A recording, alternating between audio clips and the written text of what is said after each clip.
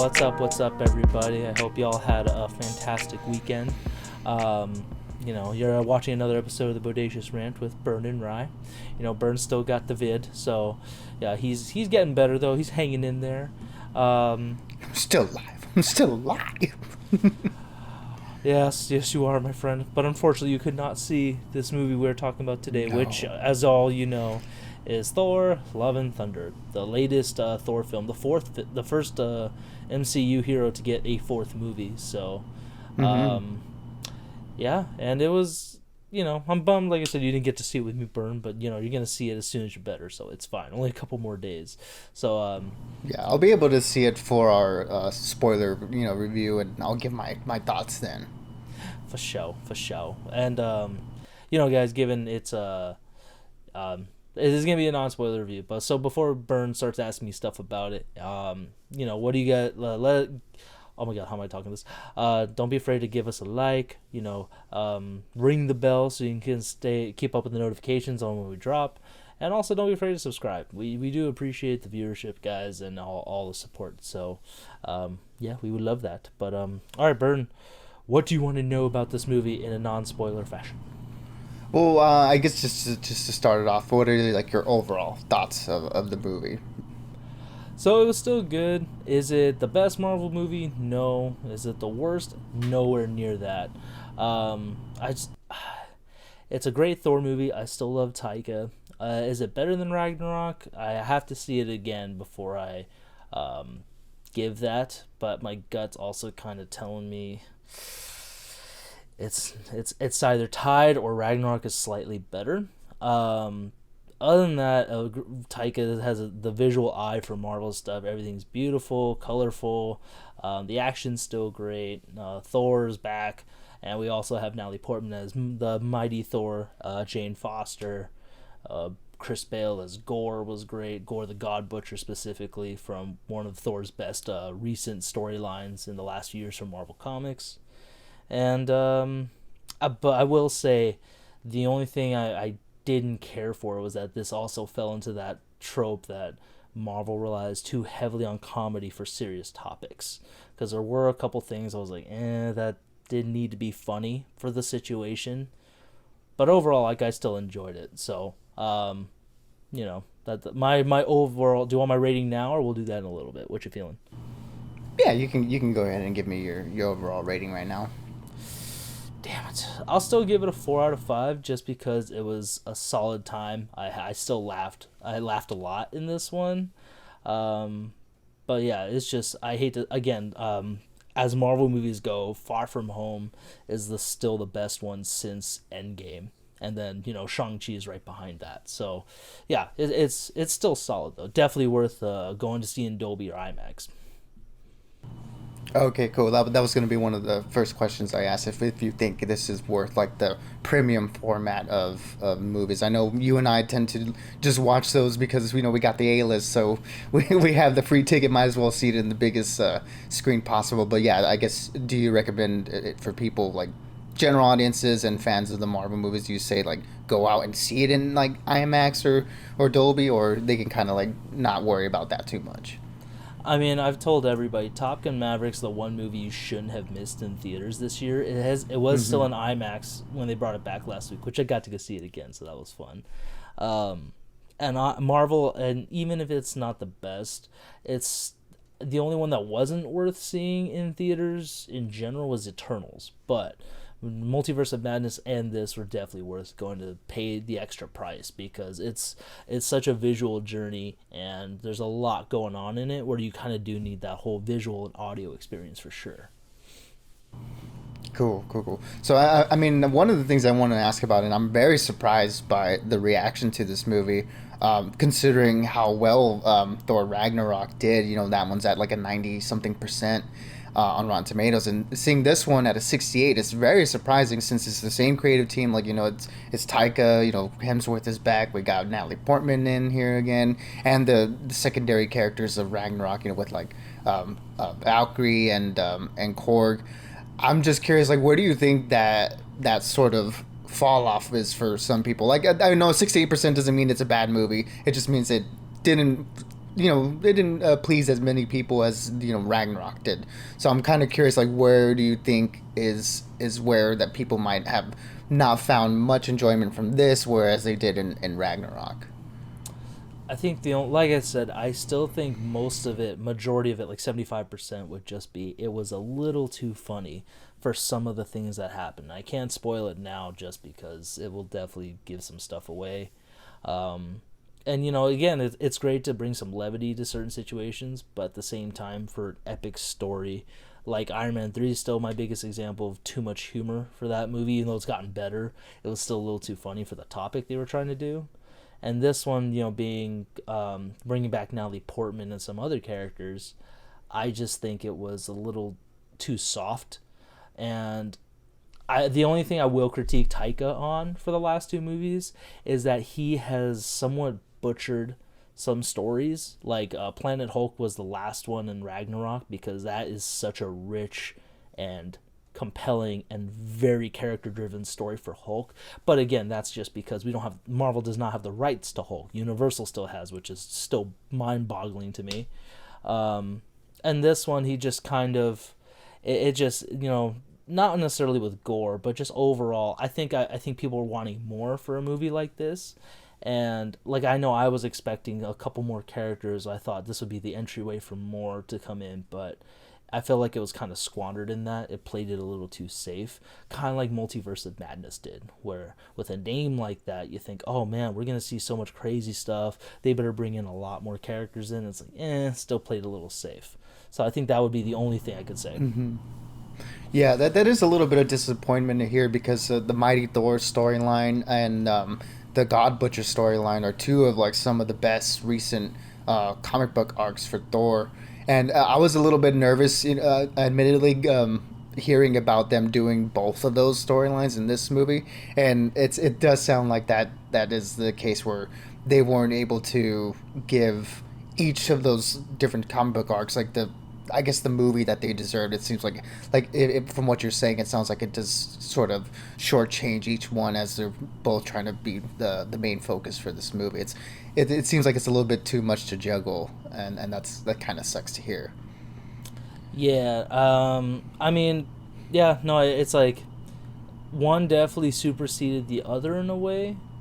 But Hmm. again, it's not necessarily a huge fault. It's just for me, because I haven't read the God Butcher storyline nor Mighty Thor, and I do want to, because they're definitely, like you said, some of the best Marvel series that they've done, especially for Thor's character. But it's that's the only thing I'm going to be really picky on. Other than that, I think it's just maybe critics expected too much for it. I still, like I said, I still really enjoyed it.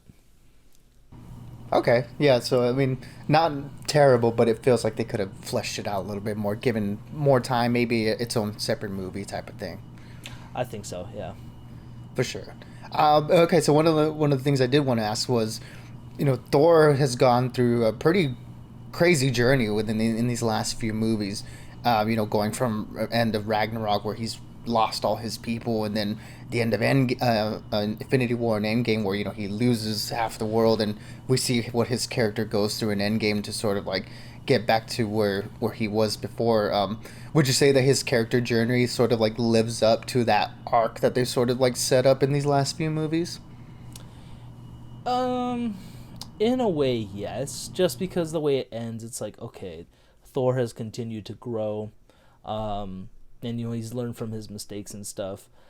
But at the same time, the Russos, it's that's kind of the problem sometimes with these different directors and stuff, because even though each one has their own creative flair to it, I think the MCU is starting to slip a little bit with that continued storyline. Just because Endgame ended off on such a bittersweet note for everybody, like a high note, but Thor, again, you think he'd be a much more broken person. But no, in this one, it's almost like he's kind of back to normal in a way. So it's like he grew from that and still had more to do. So I don't know if that kind of answered it, but that's just my gut. Like, yeah, it kind of completed a little bit more for him. I still think there may be some to that degree, but yeah. For sure. And then With the Mighty Thor, Jane character, do you feel like her return to the MCU in this movie was like worth the hype? I know like you and I were really excited for it, and a lot of other fans were excited to see this character in there, especially since she hasn't been in the last few movies. How well do you think she worked in this movie? I think Natalie, this is definitely one, like, this is a redemption for her in Marvel just because she's such a great actor. And, Thor 2 was just such a, a friggin' mess, just going through all the directors and reshoots and stuff. That was definitely a movie that could have scrapped together and just restarted completely. But I think her coming back as Mighty Thor was easily one of the best things Taika did. Her character design was solid. Definitely, I felt like something ripped right out of the comics, and her performance in it was great. I mean, when the drama hit with her story, it definitely hit. Even with a little like the levity and stuff. But again, she put in the work. She looked great. She definitely looked like Thor to me. So I loved her performance in this. Cool. And what about Christian Bale as Gore the God Butcher? I know a lot of fans were excited, to see him. I'm personally excited to see him back in a superhero role, and this time as the villain. Do you think that Gore is a good villain, or does he sort of like fall into the unfortunate Marvel movie villains where it's like they're just sort of like throwaway? I don't see it as a throwaway. Again, maybe when I rewatch for the spoiler review, if we can, or if I can see it before, um, maybe I'll change my mind. But honestly, he was so cool. Again, since I haven't read that Thor storyline, the God Butcher line, I don't know what his character's like in it, but Chris Bale does such an eccentric performance, and dude, he does look horrifying. The effects that they did for him, there were a couple scenes like, oh, that's interesting and scary, and he was just such a force to be reckoned with. And his reason why he's doing what he's doing, I definitely can understand. Like it's not one of those ones that, well, for me personally, I don't think it was one of those ones where I was like, it's okay, dude, whatever. No, it was because, I mean, like the trailer said, he wants to kill all gods. I think he has a very valid reason to. So I was with him all the way through this movie. So then, when you put him like in the like high rank, middle tier, or like low tier of the Marvel villains? I would say he's up there with the high rank. Like if I had to pick top five, Thanos, Hela, him for sure, Loki, and then I would say even shoot, Winter Soldier maybe. It's a little hard to tell, but no, maybe not Winter Soldier. What's Wenwu? Kurt Russell's character? No, not Wenwu. What's Kurt Russell's character again? Oh, Ego. Ego. Yeah, but he's definitely up there as one of the better villains for sure. Like one you understand why he's doing what he's doing. Mm-hmm. Cool. And then the last thing I'll ask is, I know you mentioned that there's a little bit too much comedy in here, but does the comedy work? Like I know you and I really love, Taika's work in the comedy section and stuff. We did start off as the the Taika Waititi shill show, as we like to say, but Yeah. did it work for you at least? I know there was too much, but was it good though? Like, were you laughing? Don't get me wrong, I'm still a Taika shill. I still love his work, and I'm gonna keep watching what he does. However, Mm-hmm. there were a couple things I thought just didn't land. Again, I think it was just a little too much comedy for it, but there were a couple things I was laughing out loud just because he knows how to work with the cast and he knows just that he had that comedic timing with some stuff. So it was majority of it worked. There were maybe only a couple jokes or a couple instances I thought, okay, this is just it's whatever. It didn't really affect me much, but still, again, it's still a fun movie to have and just still hilarious. For sure. I mean, I'm still excited to watch it. I can't wait to see it. I'm looking forward to it. It looks like a fun, good time, and from the sounds of it, that's what we get.